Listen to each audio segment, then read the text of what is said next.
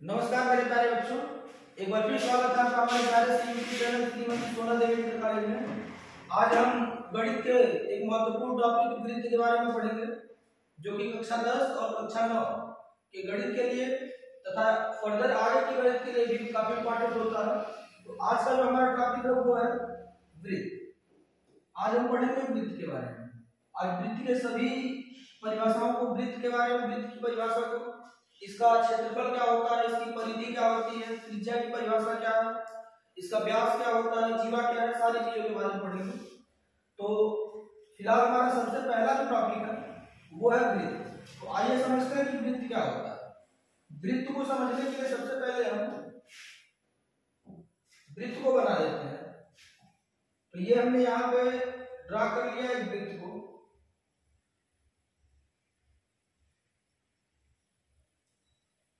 जैसा कि आप देख रहे हैं कि यहाँ पे एक वृत्त बन चुका है। अब वृत्त होता क्या है, इसको बनाने के लिए हमने यहाँ पे इसका एक सेंटर लिया हुआ है।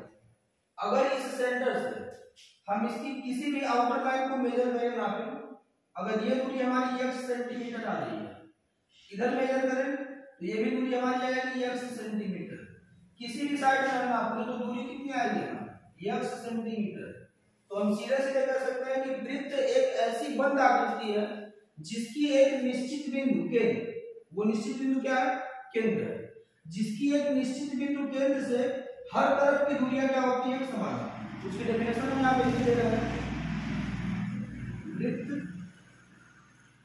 एक बंद आकृति है, बंद संरचना भी लिख सकते हैं, बंद संरचना जिसकी एक निश्चित बिंदु से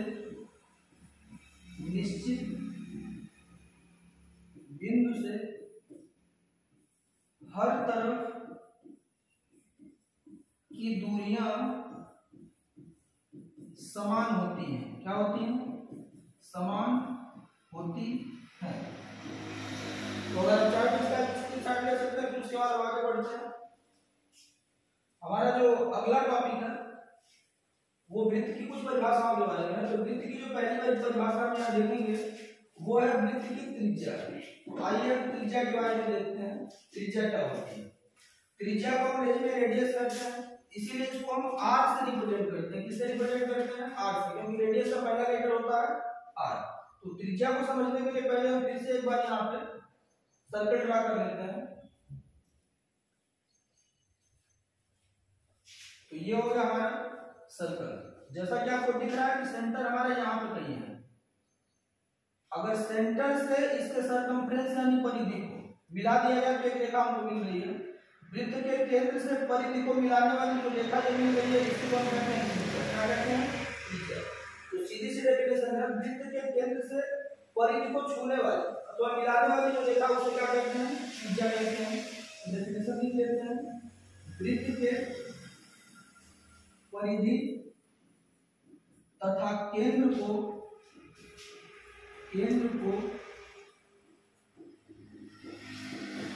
मिलाने वाली रेखा त्रिज्या कहलाती है। क्या कहलाती है, त्रिज्या कहलाती है। और इस त्रिज्या को हम रिप्रेजेंट करते हैं आर से। किससे रिप्रेजेंट करते हैं, आर से। तो त्रिज्या का थोड़ा सा लक्षण देख लेते हैं। यहाँ पे हमने एक त्रिज्या खींची हुई है, अगर दूसरे साइड में यहाँ त्रिज्या खींच दें तो इसको भी हम आर से रिप्रेजेंट करेंगे। इधर त्रिज्या लेंगे तो इसको भी हम आर से रिप्रेजेंट करेंगे। तो इन तीनों की जो लेंथ होगी वो आपस में क्या होगी, इक्वल होगी। तीन ही नहीं, वृत्त में जितनी भी त्रिज्याएं खींच दी जाए उन सब की आपस में लंबाई क्या होती है, बराबर होती है। यानी कि हम लिख सकते हैं कि वृत्त की सारी त्रिज्याएं आपस में क्या होती है, समान होती है। तो अब इसका भी स्क्रीनशॉट ले लीजिए, फिर हम आगे बढ़ते हैं। हमारा जो अगला टॉपिक है दूसरा वो है व्यास। क्या, व्यास। अब व्यास क्या होता है उसको समझते हैं। सॉरी, व्यास को समझने के पहले हम जीवा समझ लेते हैं, क्योंकि जीवा समझ में आएगा तो व्यास हमको अच्छे से समझ में आएगा। पहले हम जीवा समझते हैं, जीवा क्या होती है, क्रोड या जीवा। तो जीवा समझने के लिए फिर से हम एक बार सर्कल ड्रा कर लेते हैं।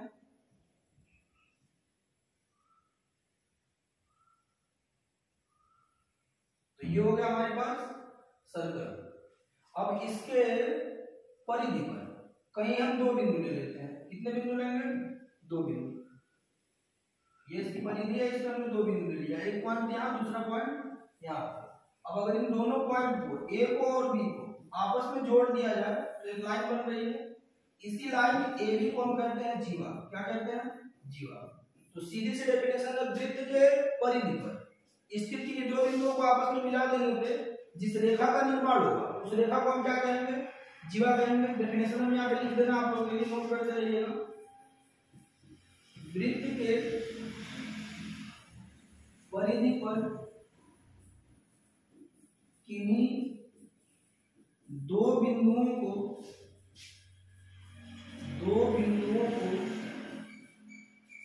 मिलाने वाली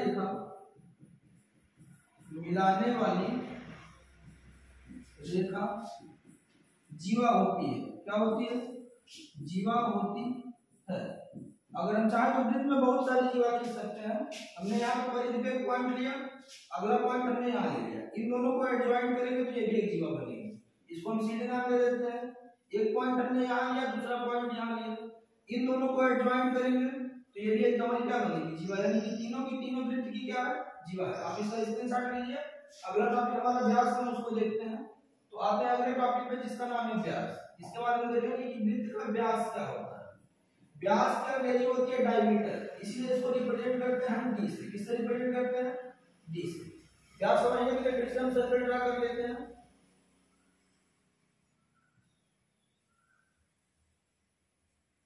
तो ये हो गया हमारे पास वृत्त। अब अगर किसी जीवा को ऐसे खींचा जाए जो इसके सेंटर से होकर के, हमको पता है कि यहाँ पे इसका सेंटर है, अब परिधि में हमने दो बिंदु ले लिए, अगर इन दोनों बिंदुओं को आपस में मिला दिया जाए तो ये बनेगी जीवा। लेकिन ये जीवा कहाँ से होकर जा रही है? सेंटर से होकर जा रही है। तो सेंटर यानी केंद्र से होकर के गुजरने वाली जो जीवा होती है उसी को हम क्या कहते हैं? व्यास कहते हैं। यानी पे यहाँ हमारा जो ए बी बना हुआ है, इस ए बी को हम क्या कहेंगे? व्यास कहेंगे। ये एक जीवा भी है, लेकिन जब ये सेंटर से होकर जाने लगेगी, केंद्र से होकर जाने लगेगी, तो उसी जीवा को हम क्या कहेंगे? व्यास कहेंगे। आइए इसका डेफिनेशन लिख लेते हैं। तो डेफिनेशन ये है कि केंद्र से जाने वाली जीवा व्यास कहलाती है। क्या कहलाती है? व्यास कहलाती है। और खैर हमने हेडिंग में लिख दिया कि व्यास को हम किससे रिप्रेजेंट करते हैं? डी से। अगर हम चाहें तो कैपिटल डी भी कर सकते हैं, स्मॉल भी कर सकते हैं, उसमें कोई आपत्ति नहीं है। अब इस व्यास के बारे में थोड़ी सी कुछ इंटरेस्टेड चीजें देखते हैं। एक सर्कल और हम यहाँ ड्रा करेंगे।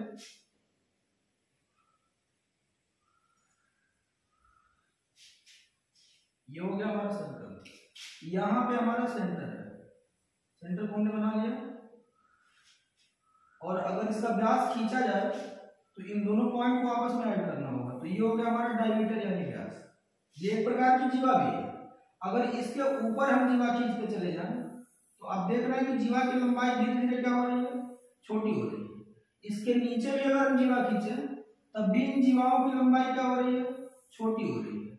सबसे बड़ी जो जीवा मिली है वो कौन सी मिली है हमको? ए बी मिली है। और यही ए बी हमारा क्या है? व्यास है। क्या है? व्यास है।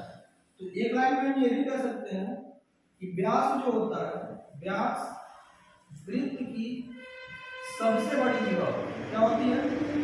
सबसे बड़ी जीवा होती है।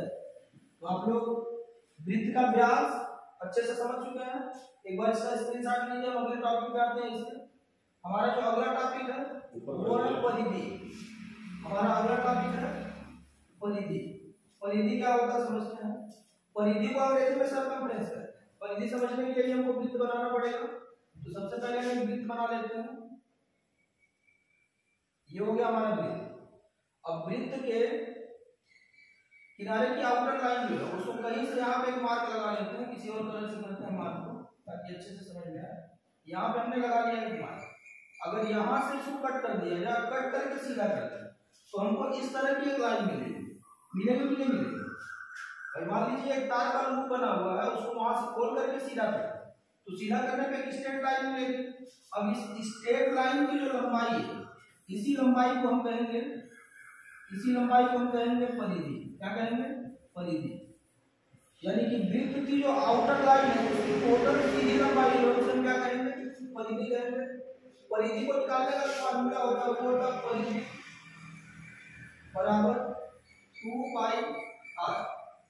r यहाँ पे जो है वो त्रिज्या, r हमारी क्या त्रिज्या 2 की वैल्यू 2 है, और जो पाई यहाँ पे आपको दिख रहा है पाई की वैल्यू रखनी होती है 22/7, या फिर चाहे तो इसकी वैल्यू जो है 22/7 के अलावा इसकी वैल्यू हम 3.14 भी रख सकते हैं। और आपको बता दें जानकारी कि पाई का मान 3.14 रखा जाता है, ये लगभग में होता है, कहाँ होता है लगभग में, क्योंकि पाई का जो पूरा मान है वो अभी तक विवादित है। पाई का पूरा मान लगभग में आता है 3.14, लेकिन एग्जैक्ट वैल्यू अभी तक किसी को नहीं पता है। और एक फैक्ट ये भी है कि पाई का मान अगर पूरा लिखने की कोशिश की है कि पाई बराबर 3.14, इसके आगे मान लीजिए x y z कोई भी चीज जैसे चल जा रहा है, इसको पूरा लिखने की कोशिश करें तो हमारी जो पूरी पृथ्वी है पूरी पृथ्वी भर जाएगी लिखते लिखते, लेकिन पाई की वैल्यू लिख करके हम कंप्लीट नहीं कर सकते। तो इस प्रकार आपने देखा कि वृत्त की परिधि क्या होती है। आप एक बार इसका भी स्क्रीनशॉट ले सकते हैं। हम अगले और लास्ट टॉपिक पे आते हैं जो है वृत्त का क्षेत्रफल।